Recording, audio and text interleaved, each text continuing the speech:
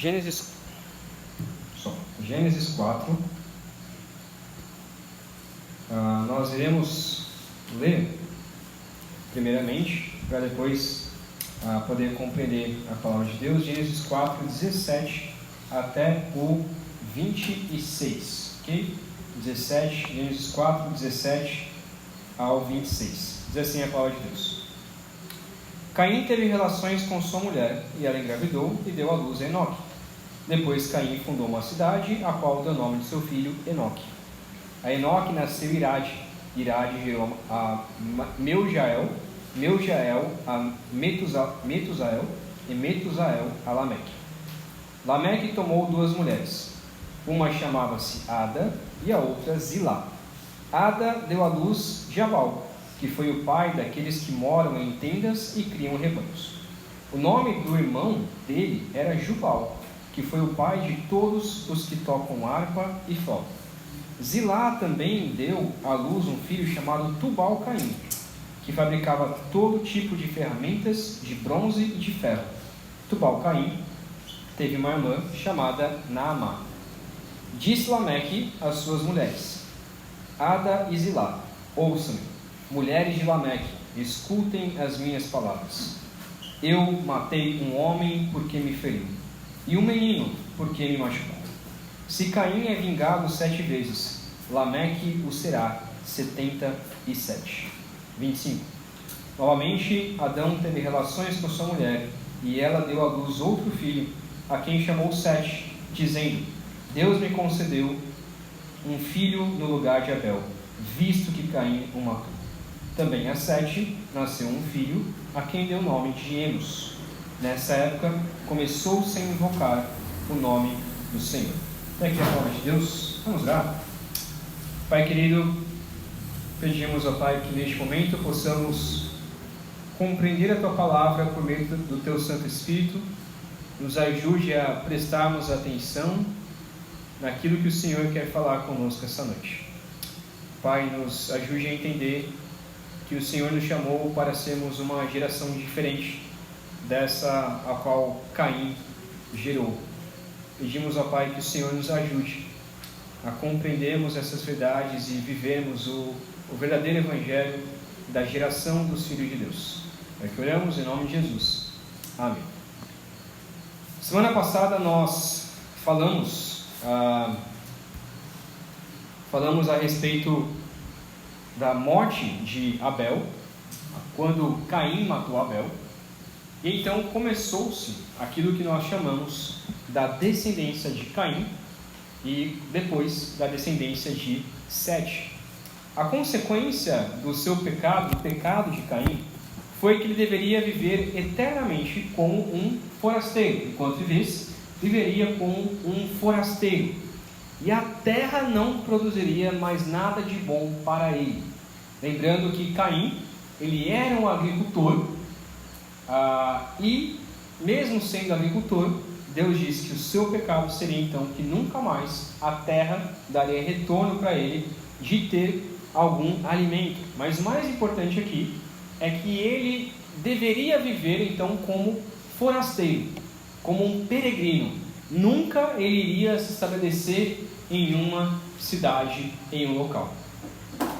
Além disso, Caim também recebeu uma marca, e essa marca talvez foi na sua testa ou algo assim nesse sentido, de que quando uma pessoa olhasse para Caim, não iria matá-lo, pois se essa pessoa matasse Caim, ele receberia a vingança de Deus 7 vezes.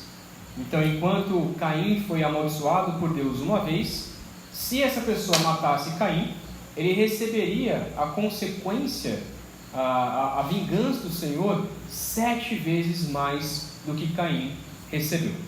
A partir disso, surge Caim então, em Caim, uma descendência, a qual nós chamamos da descendência da serpente, a descendência dos pecadores, a descendência dos filhos do homem. É importante a gente entender isso, porque quando chegarmos então no capítulo 6, vamos ver a diferença entre a descendência dos homens e a descendência de Deus. essa descendência, então, ela seria conhecida assim, porque estes homens seguiram o pecado de Caim. E é o que nós veremos nesta noite. Viram então em rebeldia contra Deus. Mas no final, a nossa esperança é de que haverá uma descendência dos filhos de Deus. Vamos então olhar primeiro para o versículo 17, o início então da cidade, o início dos impérios. Versículo 17 diz assim: Caim teve relações com a sua mulher, e ela engravidou e deu à luz a Enoque. Depois Caim fundou uma cidade, a qual deu o nome de seu filho Enoque. Lembrando então que a consequência de Caim era que ele não deveria mais andar, não deveria mais viver em campo, em cidade. Ele viveria então como forasteiro. Mas o que Caim faz? A primeira coisa que Caim faz é: eu não vou obedecer ao Senhor. Eu não vou obedecer aquilo que o Senhor me colocou como audição. Eu vou estabelecer uma cidade, e essa cidade vai ser chamada o nome do meu próprio filho. Então ele constitui essa cidade e dá o nome do seu próprio filho. Por que isso é importante? Por isso que eu falei que aqui não é somente o início da cidade, mas o início dos impérios.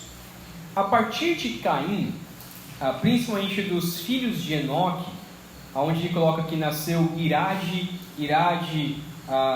gerou Meujael, Metusael, e Metusael, então, por enfim, Lameque.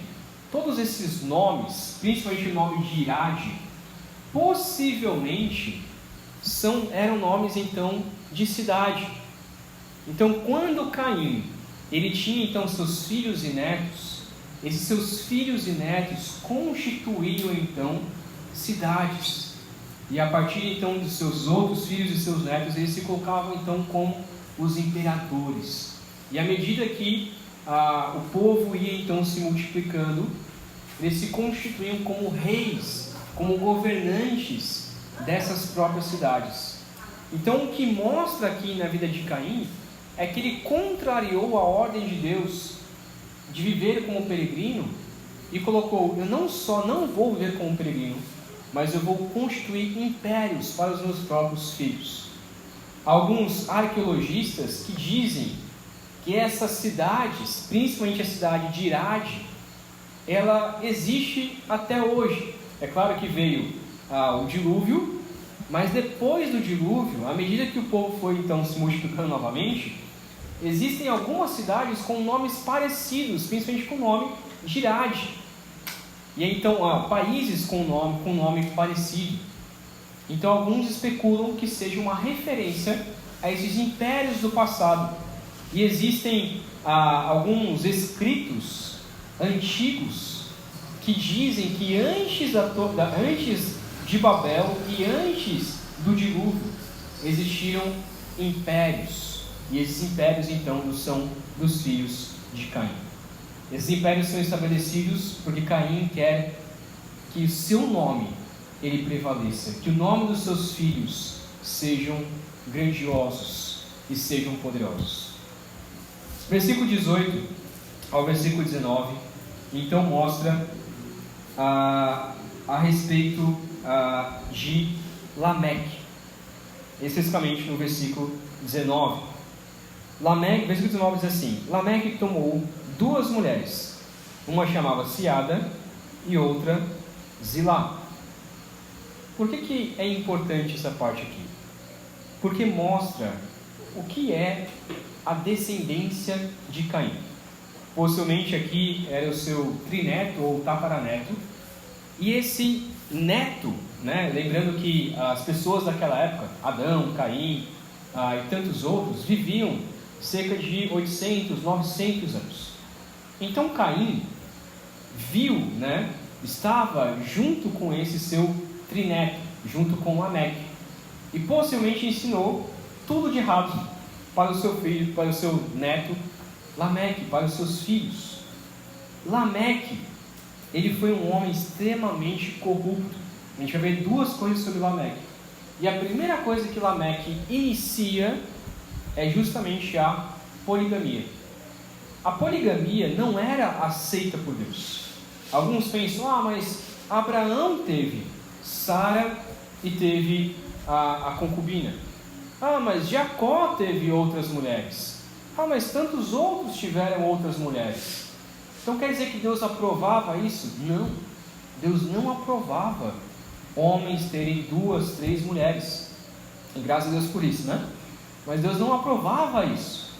Mas ainda assim, esses homens, eles queriam ter várias mulheres. Mas é interessante que essa palavra aqui, Lameque tomou 2 mulheres, não é Lameque, ele se casou romanticamente com essas 2 mulheres. Não, a palavra aqui é Lameque tomou para si. Ele obrigou essas mulheres a se casarem com ele. Então não foi só a questão da poligamia, mas a questão do machismo mesmo em si, de falar, sou eu que mando e eu vou tomar 2 mulheres para mim, e ninguém pode ser contra isso. Mas é claro que a poligamia não era algo aceito por Deus. Lameque, ele prova a arrogância de um homem. O que ele faz não é casar romanticamente, mas ele toma essas mulheres para si, obriga elas então a casarem com ele e terem filhos. E é isso que acontece de muitas gerações, de muitos homens por aí, tomando a mulher para si, obrigando ela então a casar com ele. Versículo 20 ao versículo 2 mostra então um pouco da graça de Deus, mesmo em uma geração tão corrupta. Ele volta então, ele fala então sobre os filhos de Lameque. Ada, uma das mulheres, deu luz a Jabal, a luz a Jabal e Jubal. Jabal diz que foi o pai daqueles que moram em tendas e criam rebanhos. Então, Jabal, ele, apesar de ter sido de uma geração corrupta, de uma geração má, ele instituiu, ele iniciou a criação não somente de ovelhas, como Abel era um pastor de ovelhas, mas agora ele começa então a criar rebanhos. E a palavra aqui para rebanhos é todo tipo de animal: bois, ovelhas, cabras e por aí vai. Então ele foi um grande pastor. E este homem possivelmente construiu um império gigantesco. Mas há uma coisa diferente, é que ele morava então em tendas. Ele era um peregrino, viajava então com os seus animais, igual como foi com Abraão. Talvez dessa geração ali de Jabal, talvez outros homens usaram isso de exemplo. E o outro, Jubal, foi inventor de instrumentos musicais. O texto nos diz que ele, versículo 21, o nome do irmão dele era Jubal, que foi o pai de todos os que tocam harpa e flauta.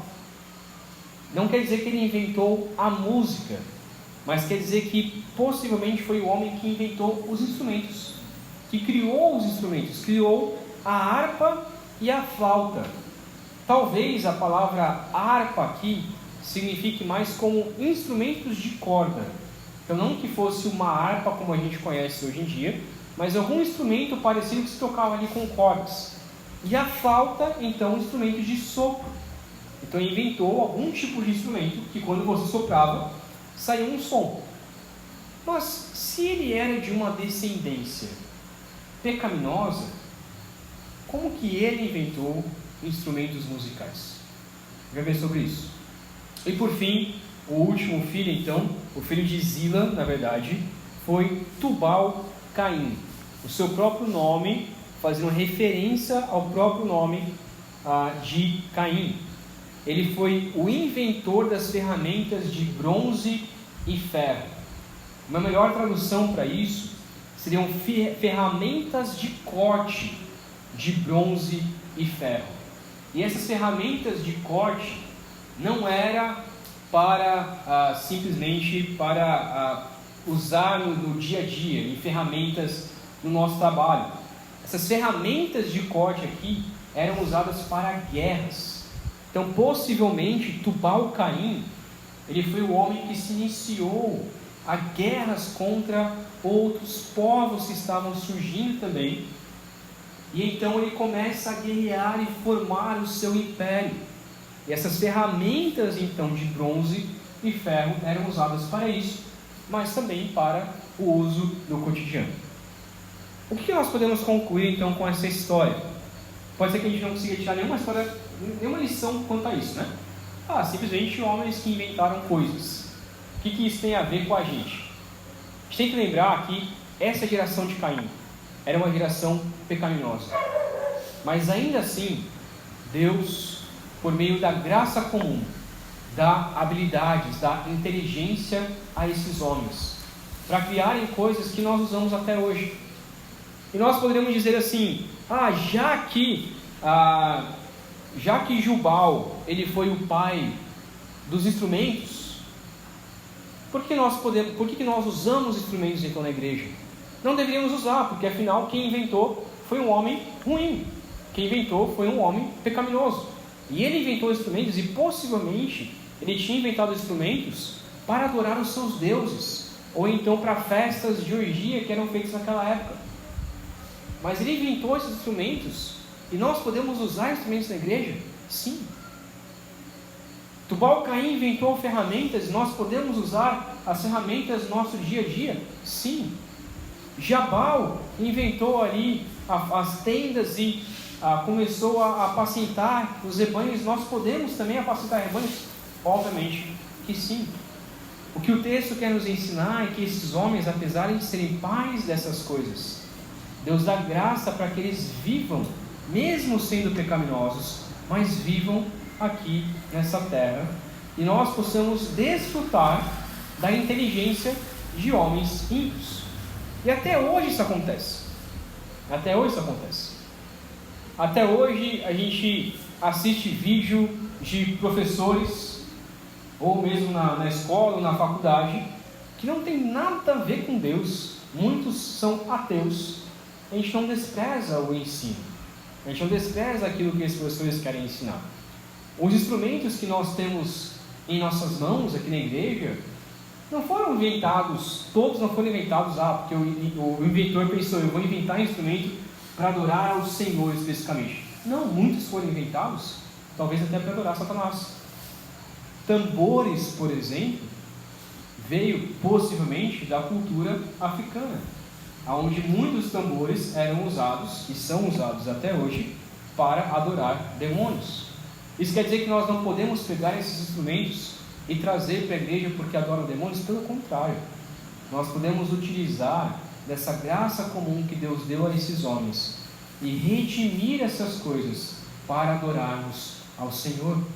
Então, todo tipo de instrumento podemos sim trazer para adorar a Deus. Há um tempo atrás, era dito que a guitarra era de Satanás, que a bateria era de Satanás e tudo mais. Antigamente era muito dito isso.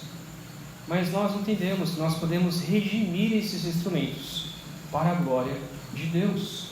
Redimir esses instrumentos e até mesmo estilos musicais para cultuar o Senhor.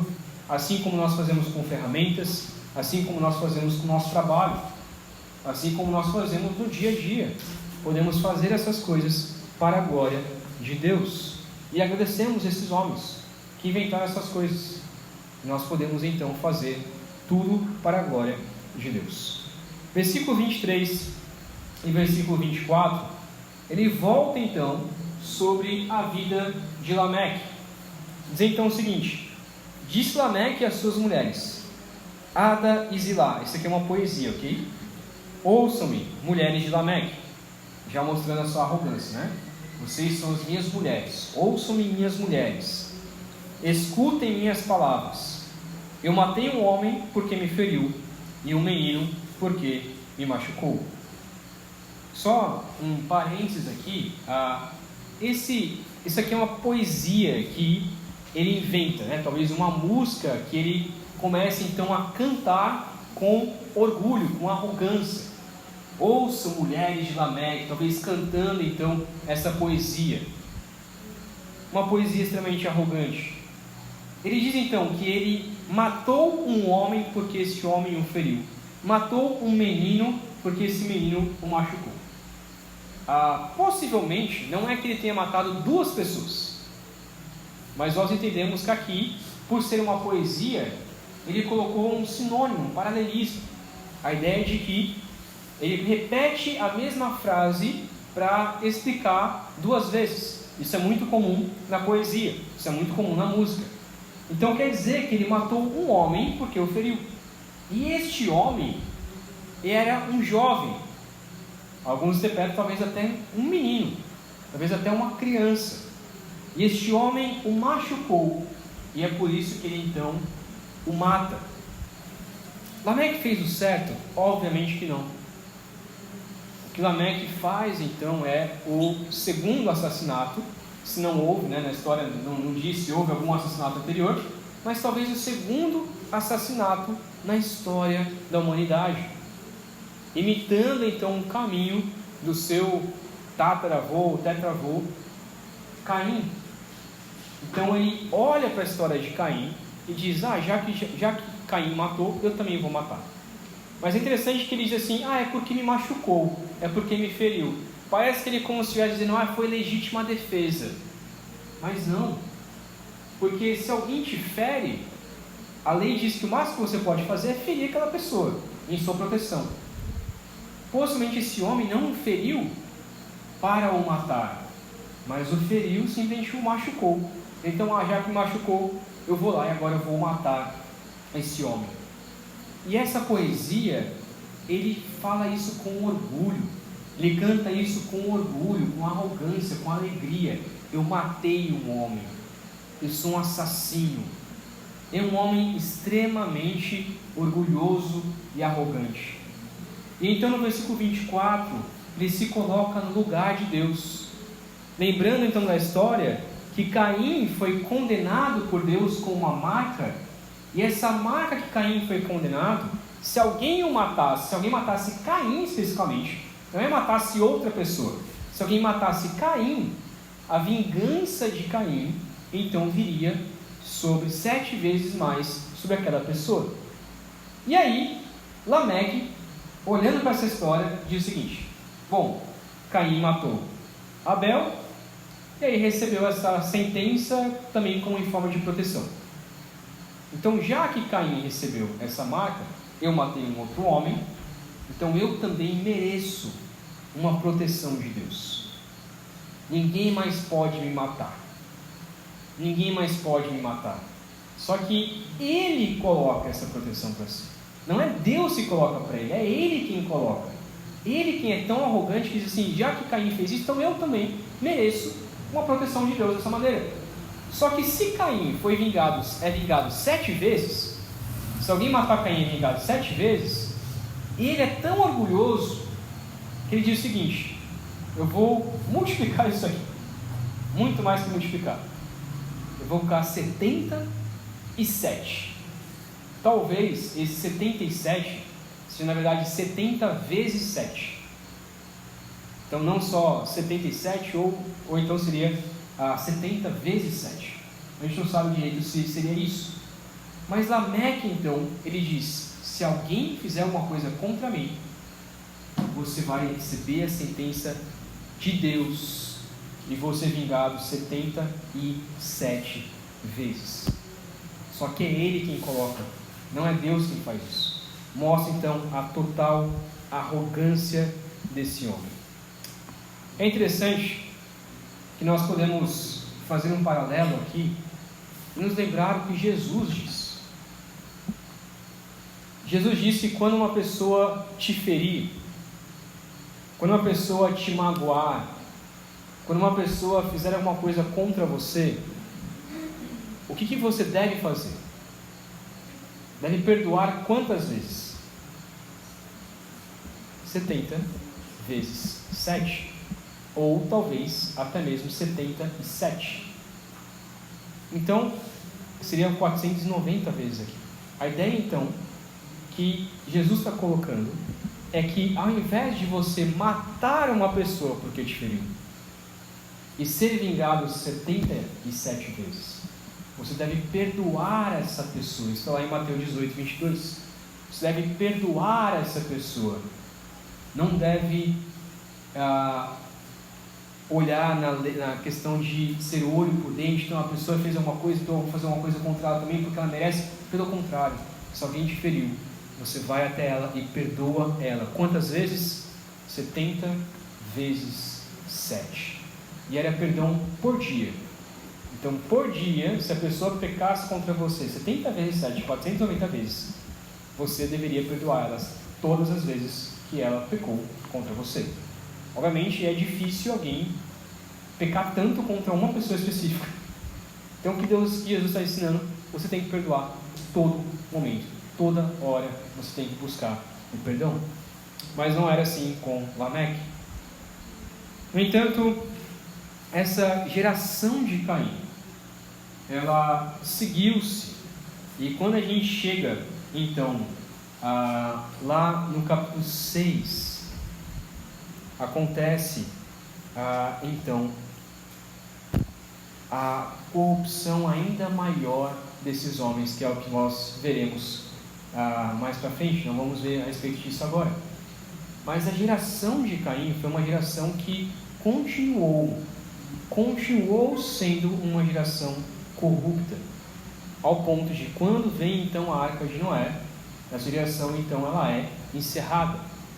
No entanto, com o próprio Noé, seu próprio filho, dá continuidade então à geração de Caim, através de Cã, através de Canaã. A gente vai ver isso mais para frente. Mas qual a esperança que nós encontramos então nesse texto? Versículo 25 e versículo 26 traz não o início da rebeldia, não o início da rebeldia contra Deus, do ódio, de tomar mulheres para si, mas o início da adoração ao Senhor.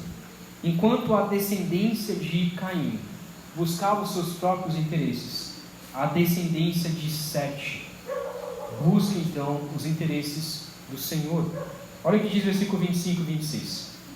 Novamente, Adão teve relações com sua mulher, e ela deu à luz outro filho, a quem chamou Sete, dizendo: Deus me concedeu um filho no lugar de Abel, visto que Caim o matou. Também a Sete nasceu um filho, a quem deu o nome de Enos. Nessa época começou-se a invocar o nome do Senhor. O texto então de Gênesis 4 se encerra com uma esperança para nós, uma esperança para nossas vidas. Ai de nós se toda a humanidade fosse deixada em um caos e não existisse mais nenhum homem justo para amenizar toda essa depravação da descendência de Caim. Adão e Eva então têm mais um filho, e esse filho é chamado então de Sete. Esse nome Sete, alguns infelizmente interpretam errado aqui, que acham que esse nome Sete tem a ver com o número 7, mas na realidade não. Esse nome é uma tradução de Shet, que a gente não sabe muito bem o que significa, mas talvez significa compensação. O nome Shet. Por que esse nome compensação? Significado como compensação? Porque a frase então que Adão e Eva dizem ali quando tem esse novo filho é: Deus me concebeu um filho no lugar de Abel, visto que Caim o matou. A palavra aqui é: Deus compensou a morte de Abel e me deu um outro filho. Então por isso que esse nome Shet, que seria então na nossa tradução como 7, mas não tem nada a ver com a numerologia no sentido de ser o nome, o número de Deus como o número 7. Isso a gente vê em outras partes. 7 então tem um outro filho que chama Enos, que é a variação, o resumo na verdade do nome Enosh, que significa homem. Enosh significa literalmente homem. Adão significa também homem, mas no sentido de varão, E Enos significa então homem, talvez com a esperança de que através de Enos surgiria uma nova humanidade abençoada. O texto então se encerra revelando que foi nesse tempo em que começou-se a invocar o nome de Yahvé. E é uma das primeiras partes que aparece o nome de Deus aqui, sendo Yahvé, como nós falamos hoje, né, que é o Jeová. Então, esse nome, Yahvé, que é um nome que a gente não sabe muito bem como que é literalmente YHWH, YHWH, que nós traduzimos como Javé ou Jeová. Era um nome, só para quesito de informação, quando um judeu, ele copiando a escritura, ele escrevia o nome Yahvé, ele tinha que largar a sua caneta, a sua pena, naquela época, né? Ele então largava a sua pena, ia até o templo, se santificava, para então voltar e continuar escrevendo. E é por isso que nós temos outras variações do nome de Deus, como Adonai e Elohim, para que o judeu não precisasse esse tempo todo ficar ali escrevendo e aí lá e se lavar. Então ele sempre, ao invés de escrever Yahvé, ele então escrevia Adonai ou El ou Elohim, e outros nomes de variações também, como nós temos no nome de Deus.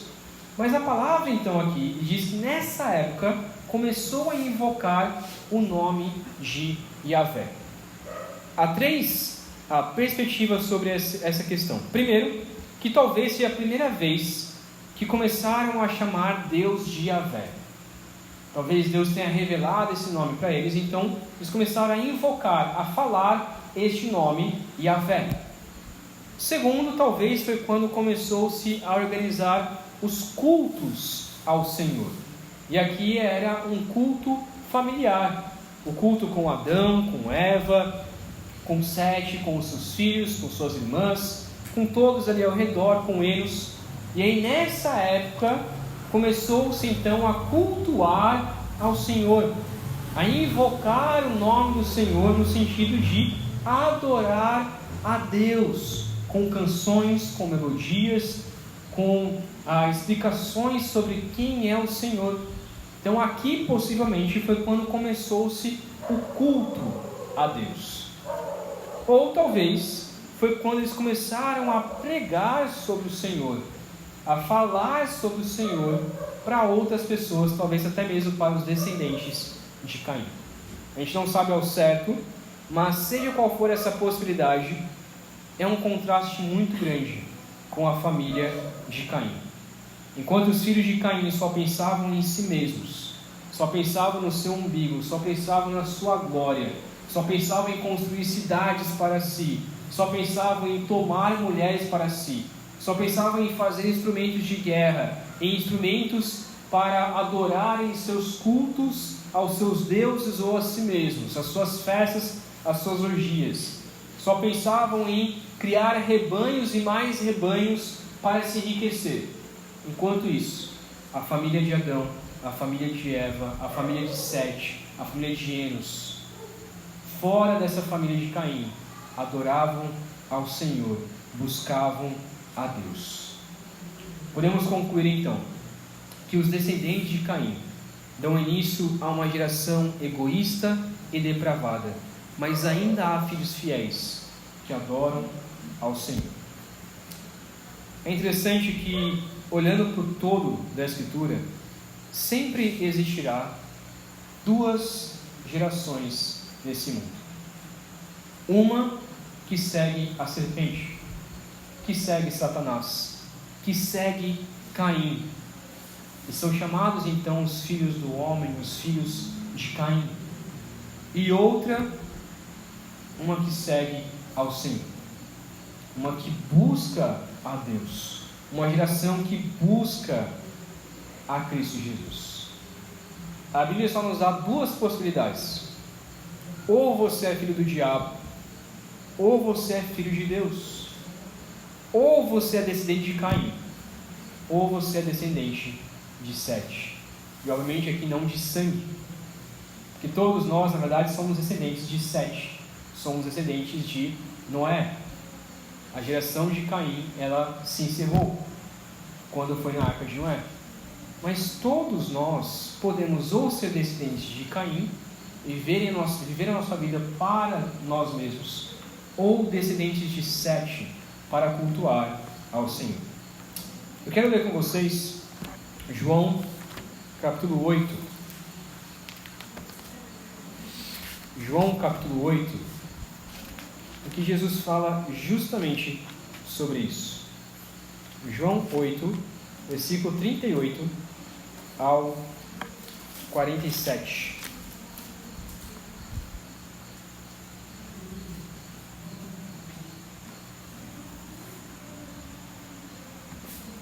João 6. João 8. João 8. Pronto.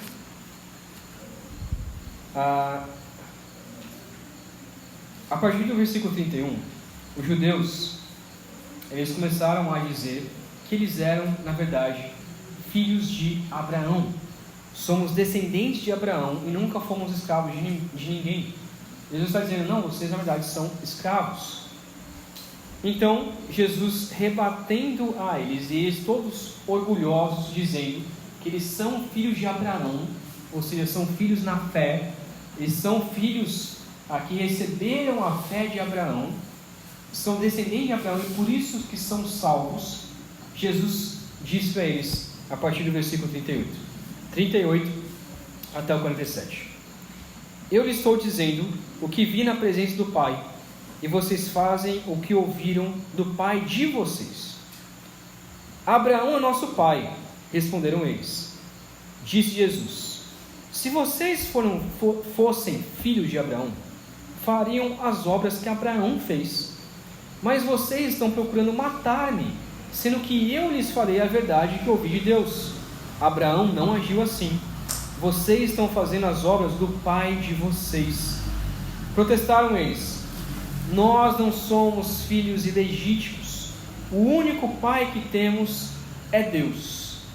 Versículo 42. Disse-lhe Jesus: Se Deus fosse o pai de vocês, vocês me amariam, pois eu vim de Deus e agora estou aqui. Eu não vim por mim mesmo, mas Ele me enviou, porque a minha linguagem não é clara para vocês, porque são incapazes de ouvir o que eu digo. Vocês pertencem ao pai de vocês, o diabo, e querem realizar o desejo dele. Ele foi homicida desde o princípio, possivelmente falando não só sobre a serpente, sobre o diabo, mas homicida no sentido de Caim. De Caim sendo descendente então da serpente, foi o homicida desde o princípio. E não se apegou à verdade, pois não há verdade nele. Quando mente, fala a sua própria língua, pois é mentiroso e pai da mentira. No entanto, vocês não creem em mim, porque eu lhes digo a verdade. Qual de vocês pode me acusar de algum pecado? Se estou falando a verdade, por que vocês não creem em mim? Aquele que pertence a Deus, ouve o que Deus diz. Vocês não ouvem, porque não pertencem a Deus. Só existe duas gerações: a geração de Caim, a geração da serpente, a geração do diabo, e a geração de Deus, a geração de Adão, a geração de Sete, a geração de Noé, a geração de Adão. Só existe duas gerações. Qual delas você pertence? E talvez você diga, assim como os judeus: não, eu sou filho de Abraão. Não, eu sou filho de Sete. Não, eu pertenço à descendência de Deus. Eu sou filho de Deus. Será mesmo? Será mesmo que você é filho de Deus? Será mesmo que outras pessoas podem olhar para a sua vida e falar: não, realmente aquela pessoa é filha de Deus? Com o que você vai ser conhecido? Quando você morrer, o que vão falar sobre você? Vão falar que você construiu algumas coisas, que você fez coisas boas? Ou vão falar: não, aquela pessoa invocava o nome do Senhor. Aquela pessoa adorava a Deus com a sua vida. Talvez você não seja conhecido, talvez por quase nada do que você faz nessa terra. Talvez não seja um grande inventor, talvez não seja, não invente alguma coisa mirabolante, talvez seja uma pessoa comum no dia a dia, vivendo a sua vida. Mas uma coisa você deve buscar ser conhecido: como um homem fiel ao Senhor, como um homem que busca a Deus, que é filho de Deus e não filho do diabo. Quero fazer então 2 aplicações para encerrar. Talvez seus pais não tenham sido pais que adoraram o Senhor. Mas como você quer ser conhecido? Como aquele que continuou a fazer o que os seus pais fizeram de errado? Ou como aquele que rompeu a vida ímpia da família e trouxe um novo rumo, uma nova descendência de adoradores ao Senhor? Como você quer também ensinar os seus filhos, e não só os filhos, mas as crianças e a nova geração? Muitas vezes nós buscamos ensinar nossos irmãos mais novos, nossos filhos, ou nossos parentes, nossos primos, ou até mesmo em projetos com crianças e tudo mais. A gente busca ensinar que ela tem que ser uma pessoa boa, que ela tem que ser um médico, tem que ser um instrumentista, um criador de ferramenta, um grande trabalhador. Tudo isso é importante, mas não é somente isso que a gente tem que ensinar às crianças. A gente tem que ensinar a uma nova geração a se preocupar primeiro em invocar o nome do Senhor, e então serem bons trabalhadores. Sete não foi conhecido por nada, a não ser por aquele homem que trouxe uma geração de adoradores a Deus. Que nós também possamos mudar essa realidade do mundo em que nós vivemos. Não buscar uma geração que não adora a Deus, mas ensinar essa geração, ensinar as pessoas a buscarem ao Senhor, a serem realmente invocadores do nome de Deus. Amém? Vamos orar. Pai querido, clamamos a Ti que o Senhor nos ajude a vivermos como descendentes do Senhor, como filhos de Deus. Meu Pai, nós muitas vezes agimos como ímpios, agimos como se não fossem filhos do Senhor. Meu Deus, por isso pedimos que o Senhor nos ajude, porque sabemos que somente por meio do sangue de Cristo Jesus é que possamos sair dessa descendência pecaminosa, dessa descendência de Caim, e nos tornar então filhos do Senhor. Ó Pai, pedimos que o Senhor nos ajude dia após dia a vivermos esse verdadeiro Evangelho e a ensinarmos outras pessoas, os mais novos, a invocarem o nome do Senhor também. Pedimos, ó Pai, a Sua graça e o Seu amor sobre nossas vidas, pedindo também que o Senhor nos ajude a, dia após dia, trazer uma nova geração de adoradores. Temos uma esperança, ó Pai, não uma esperança de que o mundo será transformado, mas uma esperança de que podemos pregar o Evangelho para novas pessoas e que mais pessoas, ó Pai, conheçam do Seu amor e da Sua graça. É o que oramos em nome de Jesus. Amém.